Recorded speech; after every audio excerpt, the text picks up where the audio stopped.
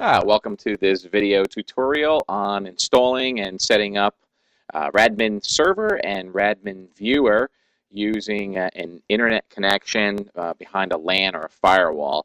The Radmin server is for the client is initially set up if you're on a LAN and you want to hijack a PC behind that LAN, or if you're on the same IP address scheme in that LAN.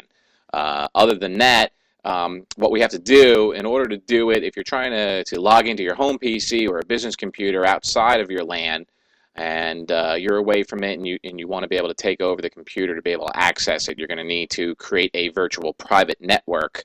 And we're going to show you how to set that up. So the first thing that we're going to need to do, if you don't already have it, you can go right here to my webpage, www.elite-visions.net, and just scroll on down here.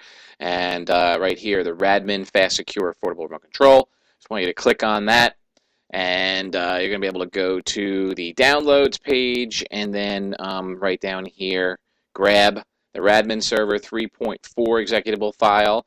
And on the computer that you'll be viewing from, which will be the local computer that your laptop or whatever, when you're away and you need to log into the client here, then you're going to need to download this onto the local computer. Right now, I'm setting up for demonstration purposes. Right now, we're going to be setting up the Radmin server on this computer, and then we're also going to be using the same computer to set up the Radmin viewer, which we're going to make believe it's the local computer, and we're going to make believe this is the remote computer. So the next thing I want you to do too is you'll go to Google, type in Hamachi, do a search, and you should get the first login here. So you're going to logmein.com, go to the downloads page, and click this and download the Hamachi executable file. Okay, so once that is done, what I'm going to need you to do is the first thing that we're going to do is I want you to install it on the client PC. I want you to install the rserv34.executable file. Once you get that installed, you're going to have a window that's going to pop up right here. This is the settings for the Radmin server. We'll run through this real quickly. If you want to start it up automatically on boot or manually, that's up to you. Second option over here is we're going to leave the default port settings at 4899, and the incoming connection dialog box, we're going to leave this unchecked. If this is checked, then the client PC that's being hijacked is going to need to be told to let that in. So it's good for if you have a client and they don't want you logging in all the time, they want to be there, then you can check this box. That way they can, when they get the message popping up on their screen, they can allow access. Otherwise, you don't want to do that, especially if you're away from your computer. You're going to need this to automatically connect. Leave these unchecked for the miscellaneous and the IP filter. We don't have to figure that out, and your English settings. So that's pretty much it. The only other thing we have to do is we have to set up the permissions on here, and I like to use a separate security, which is the Radmin security, rather than your Windows PC. So what we're going to do here, we're going to set up a user. As you can see, I already have done that, but you're going to type in your username and create a password for it. And when you log in from the local PC into the client server here, this is what you're going to put in there when it accepts it.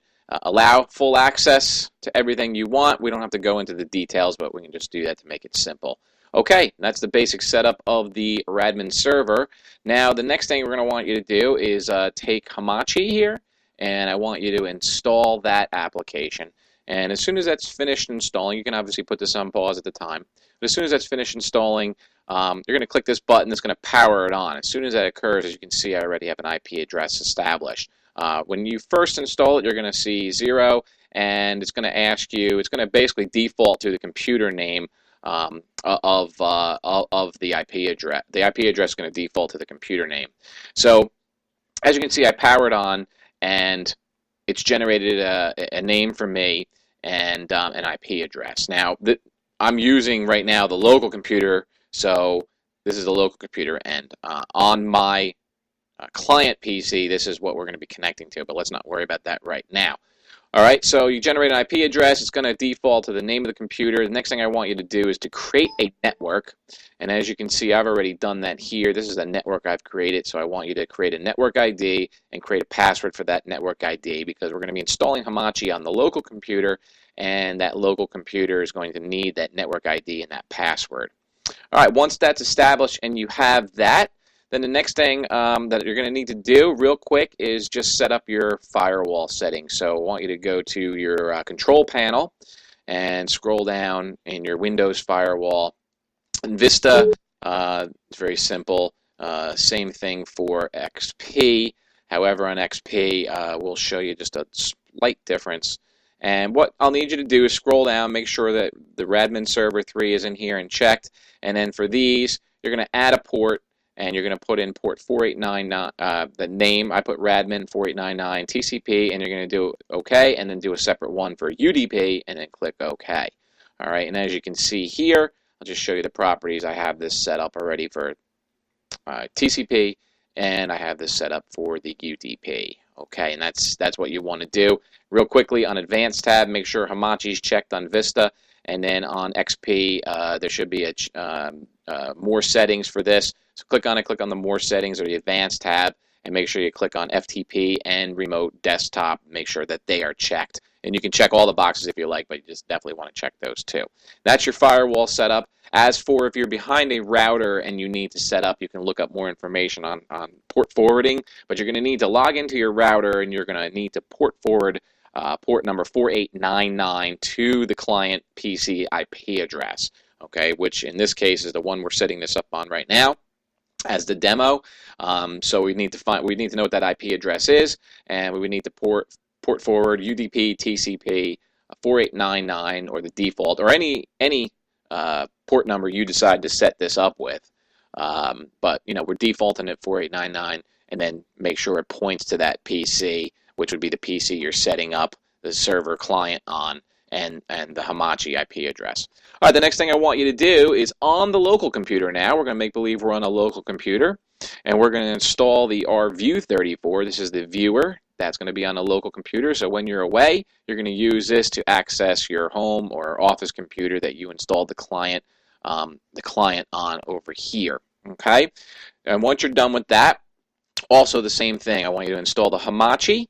And as soon as you are done installing Hamachi, the same thing. You're going to click this to power on. It's going to generate a new IP address. And as you can see, I'm now on the physical local computer.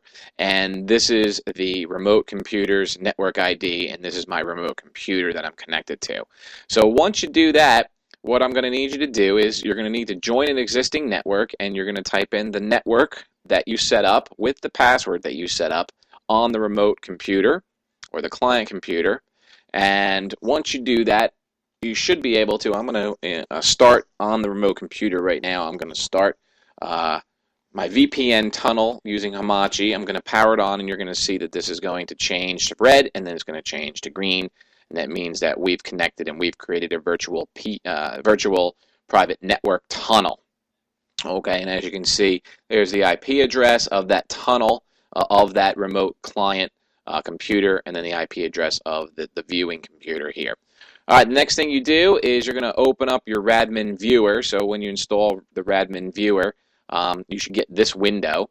And we're just going to put this up over here.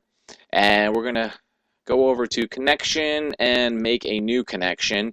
And what I'm going to need you to do is you're going to enter you're obviously going to make a name for it, so you can call it my PC, my home PC, my business PC, whatever you want to call it. And you're going to enter the IP address of that client computer that you have the Radmin server installed on. So this would be the IP address. Make sure your default port is set at 4899. As you can see, and the properties of this, I already did this for you, my PC, and here is the IP address of that computer through the VPN. Okay, and that's it. Once that is all set up, all you do is click on My PC or the connection that you just created. You type in your username and the password that you created for that username, and you hijack the PC. And it's that simple. So I thank you very much for taking the time checking this out. Don't forget, if you have any more questions, you need to contact me, need to know any more information about such, you can check us out at www.hijack.com.